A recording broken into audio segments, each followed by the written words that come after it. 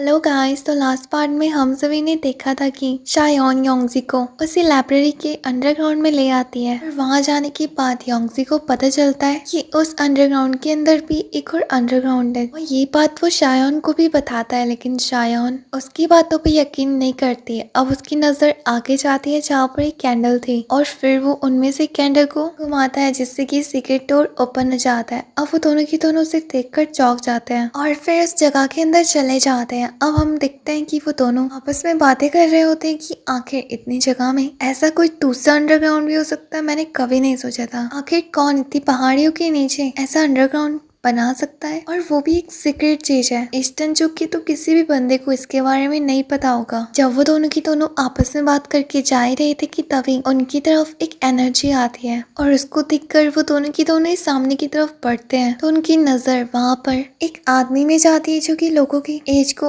अपने अंदर ऑब्जर्व कर रहा था। और वही कोने में डोंगियन भी था जो कि काफी ज्यादा डर रहा था क्योंकि वो आदमी बहुत बेरहमी से उन जिंदा लोगों की एज को अपने अंदर ऑब्जर्व किए जा रहा था। तभी कुछ देर करने के बाद वो बंदा रुक जाता है और बहुत जोर जोर से हंसने लगता है। तो उसको देखकर शायोन कहती है कि क्या ये हमारे मास्टर है, तो जिस पर योंगजू से चुप होने को कहता है, पर तब तक देरी हो चुकी थी क्योंकि उसने उनकी आवाज सुन ली थी। अब वो आदमी उनसे कहता है कि तुम यहाँ पर पहुंच चुके हो और तुमने सब कुछ देख लिया ना, लेकिन तभी भी सामने आकर नहीं खड़े हो रहे हो, और फिर वो उनके ऊपर टैग कर देता है। तो ये देख योंगजू शायोन को लेकर वहां से खिसक जाता है और अब शायोन अपने मास्टर से कहती है कि आपने अपनी प्रैक्टिस के लिए इन बेकसूर लोगों को मार दिया। तो जिस पर ओल्ड मास्टर बताते हैं कि हाँ मैंने मार दिया, और वैसे भी तुम्हें मुझे शॉन्जो कहना चाहिए क्योंकि अब मैं पहले जैसा बूढ़ा नहीं रहा। हाँ भले ही मेरी उम्र 170 साल हो गई हो, भले ही बचपन में जब मैं कल्टीवेशन किया करता था तो मेरे पास सब कुछ तो था, बस टैलेंट नहीं था, और इसलिए अब मैं अपनी नई जिंदगी शुरू करना चाहता हूँ। मैं पहले से ही अमर होना चाहता था तो इसलिए मैंने इमॉर्टल मार्शल आर्ट की प्रैक्टिस करना भी शुरू करा, लेकिन तब तक मेरी बॉडी धीरे धीरे करके बूढ़ी होने लगी थी और उस उम्र में ऐसी प्रैक्टिस करना ये बिल्कुल भी पॉसिबल नहीं है। और आज फाइनली मैं 170 साल का होकर भी अपनी प्रैक्टिस को कंप्लीट कर सकता हूँ। तो जिस पर शायोन कहती है कि आप 170 साल के, ये चीज तो पॉसिबल ही नहीं है। उसकी बातों को सुनकर योंगजू से कहता है कि मुझे पहले ही शक था कि ये बंदा कोई ना कोई इविल चीज जरूर सीख रहा है, क्योंकि जो ये बुक मुझे ट्रांसलेट करने को कहता था वो सच में एक नॉर्मल बुक से तो बहुत अलग थी। तो जिसके जवाब में वो ओल्ड मैन बताता है कि हाँ तुमने सही कहा, मैंने भले ही अपनी पावर्स को पाने के लिए एक इविल रास्ता चुना है, लेकिन सब अपनी जिंदगी में चाहते हैं कि वो कोई ना कोई शॉर्टकट जरूर अपनाए। इतने सालों से मैंने इतनी ज्यादा प्रैक्टिस करी, उस बुक को ट्रांसलेट करने की भी कोशिश करी, बट वो सब कुछ बेकार था और उसके अंदर से सीखा हुआ ज्ञान मेरे कहीं भी काम नहीं आया। लेकिन फिर मुझे तुम मिले जिसने की वो पूरी की पूरी बुक मिलने ट्रांसलेट करी, और आज मैं वो काम करने में सक्सेसफुल हो ही गया। अब जिस पर योंगजू से पूछता है कि फिर जो आपने हमें सिखाया था वो क्या था, तो जिसके जवाब में वो ओल्ड मैन बताता है कि वो सब कुछ एक बेकार चीज थी, उसका तुम्हारी जिंदगी में कभी भी इस्तेमाल नहीं होगा। तो ये बात सुनकर शायोन को गुस्सा आने लगती है और अब वो बंदा ये भी बताता है कि वेल अभी मैं तुम्हारे लिए एक काम कर सकता हूँ, अगर तुम चाहो तो योंगजी मैं तुम्हें पैलेस मास्टर बना सकता हूँ। अगर तुम ये चीज सीखना चाहते हो तो मेरे पीछे आओ। अब यहाँ पर उसकी बातों पे वो दोनों की दोनों हिलते हुए नहीं है। अब ओल्ड मास्टर आगे जाने के बाद जब पीछे मुड़ता है तो वो देखता है कि वो डोंगियन को वहाँ से छुड़ा रहे हैं। तो ये देखकर वो कहता है कि लगता है तुम्हें इसकी कुछ ज्यादा ही परवाह है, और फिर वो वहाँ से एक इनविजिबल गेट से चले जाता है। तो ये देखकर वो दोनों की दोनों ही हैरान हो जाते हैं और फिर वो भी उसके पीछे चले जाते हैं। वहाँ जाने के बाद वो देखते हैं कि वहाँ पर एक बंदा है जिसकी बॉडी के ऊपर एक स्वाड लगी हुई है। उसको देखकर योंगजी कहता है कि इसकी मौत तो फेजियान की वजह से हुई थी ना, तो जिस पर ओल्ड मैन कहता है कि हाँ, और जो भी बुक मैंने तुमसे ट्रांसलेट कराई वो सारी किताबें मुझे इसी के पास से मिली। इस बंदे को यहाँ पर रहते रहते हजारों साल हो चुके हैं और इतने सालों में इस बुक का ओनर कभी आया ही नहीं, तो मैंने ये बुक वहाँ से ले ली। तो जिस पर योंगजी कहता है कि हाँ ये बात सच है कि वो मर चुका है, लेकिन उसकी बॉडी अभी भी जिंदा है क्योंकि उसकी बॉडी अमर है। तो जिस पर बंदा कहता है कि हाँ, और जानते हो इसकी बॉडी के अंदर इमॉर्टल पावर्स अभी भी मौजूद है जो कि हमारे बहुत ज्यादा काम आ सकती है। और एक चीज नोटिस करो कि ये बंदा मरने के बाद भी अभी भी अपने पैरों में वैसे ही खड़ा है जैसे कि कुछ ना हुआ हो। और फिर वो सबके सब उसके और नजदीक जाते हैं। वहाँ पहुँचने के बाद उनकी नजर उस बंदे के पैर के नीचे वाले पत्थर पे लिखी हुई कुछ चीजों पे जाती है और फिर योंगजी उसे पढ़ने लगता है। उसमें लिखा था कि अब डेमंस भी धीरे धीरे करके अमर होने लगे हैं। तो ये बात हेवंस के लिए एक चिंता बन चुकी है और इसलिए अब गॉड्स को वे पावर को मानना होगा और इंसानों को बचाना होगा। ये बात सुनकर योंगजी को पता लग जाता है कि इस बंदे को और किसी ने नहीं बल्कि हेवन के गॉड्स ने मारा है। और अब वो ओल्ड मैन बताता है कि भले कुछ भी हो, हाँ ये बात सही है कि उसने काली शक्तियों का इस्तेमाल करा अमर बनने के लिए, लेकिन कुछ भी कहो वो सक्सेसफुल हो चुका है और अब उसकी बॉडी अमर हो चुकी है। अगर उस दिन ये बंदा नहीं होता तो इसके बदले कोई और बन जाता। लेकिन जो भी कहो, अगर तुम्हें पावर्स गेन करनी है तो तुम्हें उसकी बॉडी के अंदर जाकर इमोर्टलिटी पावर को हासिल करना होगा और तुम्हें बेफिक्र होना चाहिए क्योंकि तुम अभी मार्शल आर्ट वाले बंदे हो और तुम्हारी उम्र भी ज्यादा नहीं है। मेरी कुछ हद तक बाउंड्रीज है और मैं तब तक ही चीजों को समझ सकता हूँ। हाँ ये बात सही है कि तुम बचपन से बहुत ज्यादा चालाक थे और मुझे पूरा यकीन है कि तुम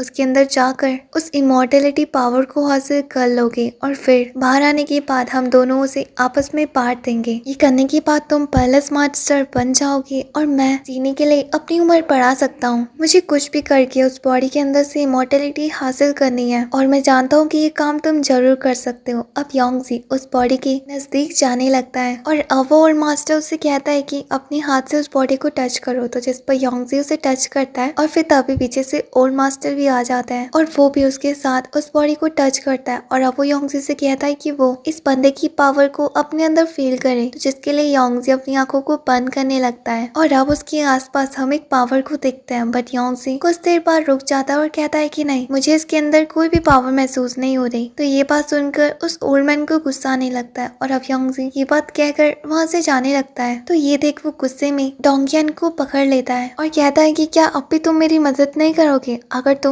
मेरी हेल्प नहीं करोगी तो मैं डोंगियन को मार दूंगा। ये बात देखकर वो दोनों की दोनों ही डर जाते हैं। अब यहाँ पर योंगजी अपने पीछे पावर को क्रिएट करने लगता है। यहाँ शायोन उससे कहती है कि वो ये सब कुछ क्यों कर रहा है और अब योंगजी तेजी से आकर उसके ऊपर अटैक करने जा ही रहा था कि तभी ओल्ड मास्टर अपने एक हाथ से उसकी वार को रोक देता है और योंगजी को पीछे धकेल देता है। जब वो जा ही रहा था कि तभी शायोन भी आकर डोंगियन को उस ओल्ड मास्टर के हाथ से छुड़वा लेती है और डोंगियन को योंगजी को दे देती है। योंगजी डोंगियन से पूछता है कि क्या वो ठीक है? तो जिस पर डोंगियन कहता है कि तुम यहाँ से चले जाओ, मेरी चिंता मत करो। तो योंगजी कहता है कि याद है तुम्हें, मैंने तुमसे वादा करा था कि हम दोनों साथ में आगे की लाइफ को गुजारेंगे, तो मैं अब जाऊंगा तो तुम्हें लेकर ही। ये बात सुनकर उस ओल्ड मास्टर को गुस्सा आ जाती है और वो कहता है कि नहीं, इतनी आसानी से तो तुम यहाँ से नहीं जा सकते हो। सबसे पहले तुम्हें यहाँ पर रुक कर मेरे साथ प्रैक्टिस करनी ही होगी। और फिर वो उनके ऊपर अटैक करने के लिए अपनी वे स्पिरिट को क्रिएट करता है। ये देखकर शायोन अपने गले में नाइफ रख देती है और कहती है कि तुम यहाँ से जाओ, मैं इसे संभाल लूंगी। और इसी के साथ ये एपिसोड यहीं पर ही एंड हो जाता है। इसका नेक्स्ट पार्ट थर्सडे को रिलीज होगा। तब तक के लिए बाय। और हाँ गाइस,